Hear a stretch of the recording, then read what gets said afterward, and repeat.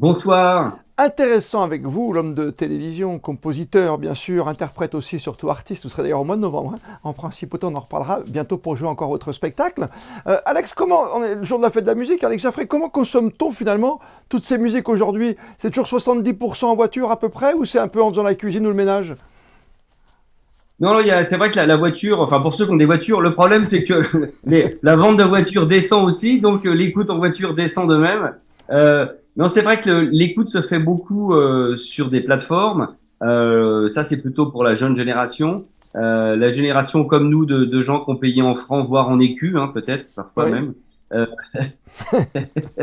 Euh, ont tendance à privilégier le support physique. Le CD a encore pris une claque, par exemple, je sais que j'ai discuté avec des gens d'Universal qui me racontaient que en décembre, ils ont encore vu les chiffres pour Noël, parce qu'évidemment à Noël, c'est là où on vend des coffrets CD. Ils ont encore vu les chiffres descendre de façon faramineuse. Donc Mais il n'y en aura voilà. plus bientôt, de toute façon, le CD, il n'y en a même plus dans les voitures Non. modernes. Le CD sera passé. Le vinyle a un effet de mode où je ne sais plus. Il y a une étude aux États-Unis. Je crois que c'est 47% de gens qui achètent des vinyles n'ont pas de platine vinyle. Ça veut dire qu'il y a une vraie différence, un choc de génération aujourd'hui. Clairement, je vois, ma fille a des vinyles accrochés à son Elle aussi, mur, mais d'accord. écoute sur Apple Music des titres, voilà. Et le pire, c'est que c'est même pas sur Apple Music, c'est que la vraiment jeune génération, ma deuxième fille a 16 ans, et en fait, ils écoutent des musiques sur TikTok, c'est-à-dire ils écoutent des musiques de 20 ou 30 secondes, donc ils n'ont même pas le nom Mhm. de l'artiste ni du titre, et ils se disent ah ouais ça c'est super, et un jour ils le Shazam, ils l'écoutent. Et il y a un côté extrêmement éphémère et surtout, imaginez que TikTok soit finalement la plateforme qui soit la plateforme de curation de toute une jeune génération pour écouter des titres. Et vous travaillez aussi pour une agence qui s'occupe justement de gérer ces petites musiques, dans la pub par exemple. Alors sachez, cher ami, qu'il n'y a pas de petite musique. Ah, j'adore. Vous avez raison. Jamais. Vous avez raison. Il n'y a que des grandes musiques. Oui, oui, on a la chance de faire beaucoup de musique de pub, d'habillage pour la télévision. Vous voyez Scène de ménage, par exemple. Oui. Voilà, le générique de Scène de ménage sort de chez nous. L'habillage de TF1, France 2 et toutes les publicités Renault. Et on a D'accord. tendance à utiliser beaucoup de ce vivier Ah musical oui. des années 80-90. Non mais ça veut dire qu'on est aujourd'hui dans une écoute de musique, vous l'avez dit, sur TikTok de 15-20 secondes pour ensuite acheter un disque et pas l'album qu'on avait nous à l'époque avec 12 titres.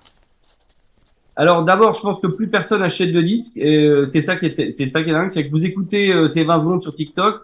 Si jamais vous avez le courage, vous le chasamez. Ensuite, vous allez écouter sur Spotify ou Apple Music ou Deezer le titre.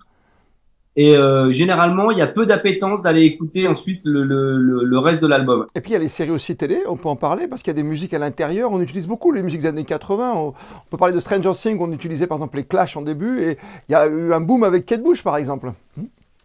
Kate Bush, incroyable, Running Up That Hill, qui a été un succès, mais pas un succès planétaire, hein, qui a été un succès largement inférieur à Babushka ou Wuthering Oui, Heights, qui a été des très gros tubes pour elle. Et d'un seul coup, ce tube-là. Et ce qui est fascinant, c'est que moi, je prends l'exemple évidemment de mes enfants, mais qui ont d'un seul coup, je leur ai fait écouter Kate Bush, et voilà. et ils ont dit ah, génial, mais c'est hyper bien. J'ai eu la chance, on parlait de Jane, de rencontrer Jane il n'y a pas très longtemps, qui pendant le confinement a ressorti les disques de ses parents de Kate Bush et C'est ce qui l'a ça. influencé sur son disque The Fool, qui est directement issu de l'écriture et la composition de Kate Bush. Pour conclure, Alex Jaffray, vous, le compositeur, vous n'avez pas peur que finalement on ne crée plus rien parce qu'on parle de Kate Bush, on réutilise, on le voit par exemple à Monaco, on a un spectacle pour la fête de la musique qui est consacré aux années 80. On va pas, on ne crée plus, on va chercher des musiques pour se faire plaisir, quoi, quelque part. Tout le monde faisait ça.